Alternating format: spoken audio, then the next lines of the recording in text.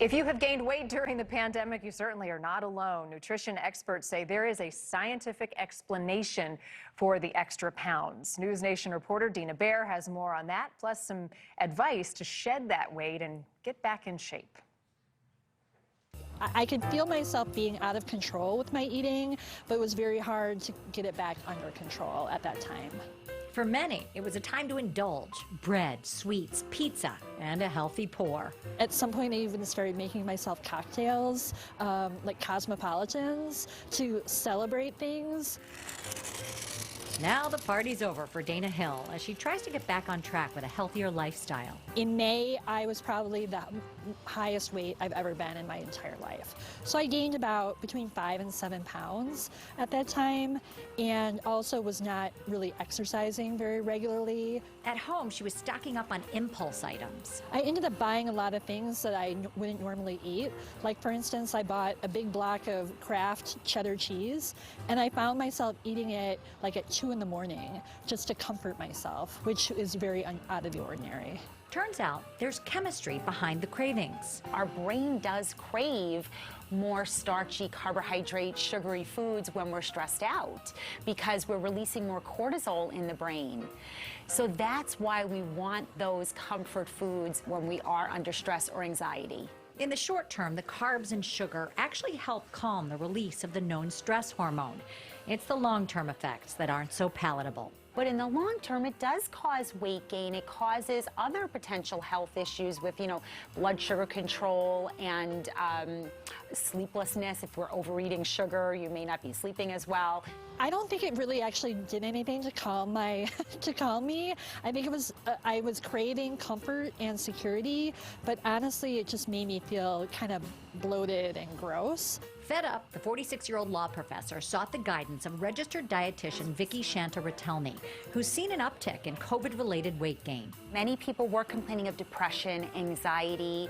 They were home more and they were looking for choices on what to bring into the home that was more healthful, but they were reaching for those comfort foods. Vicki's helping Dana develop new habits like menu planning and making grocery lists. I do think it helps me not do those impulse purchases, so I'm not buying as many like cookies or blocks of cheese as I was earlier.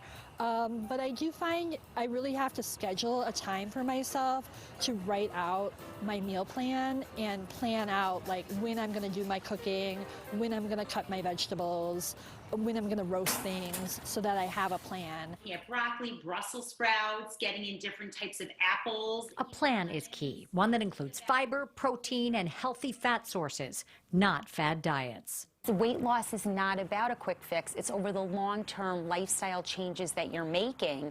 So they're reaching for maybe a fad because it is a structured plan to follow. And what are we lacking now in society is structure in our day. One thing you don't need on the table? I want to take the shame off the table and just normalize this quarantine 15 phenomenon.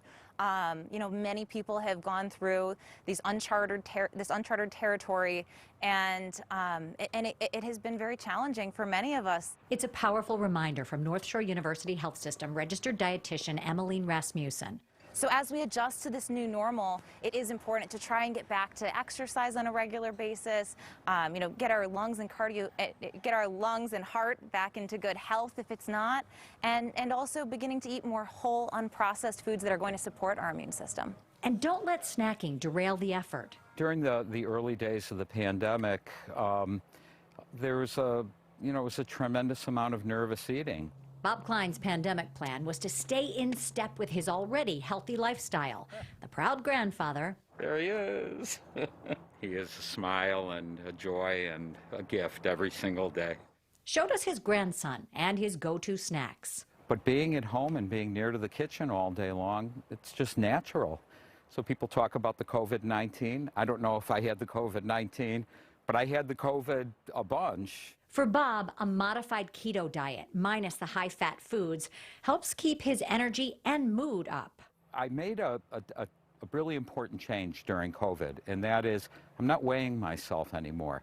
I'm evaluating how do I feel every day? How do I feel about the choices that I'm making? How do the foods I'm eating make me feel? Exercise is another critical component. it's about exercising every single day. And if I don't get outside every day, I just feel miserable. I have to get out and walk. Dana's back to exercising regularly as well, taking an optimistic view on the days ahead. I think probably for me, trying to not be too hard on myself. It's a very difficult time right now, and you just sometimes eating those cookies really does make you feel better, and then you can always just start over the next day. And so when the next day comes around, you just get back on your plan and try to do better. This is not the time to be thinking about overeating or just sort of throwing in the towel with your health. It's the time to really focus on your health and your wellness and to keep your immune system supported. It's not just eating that's increased during the pandemic. Alcohol consumption is also up.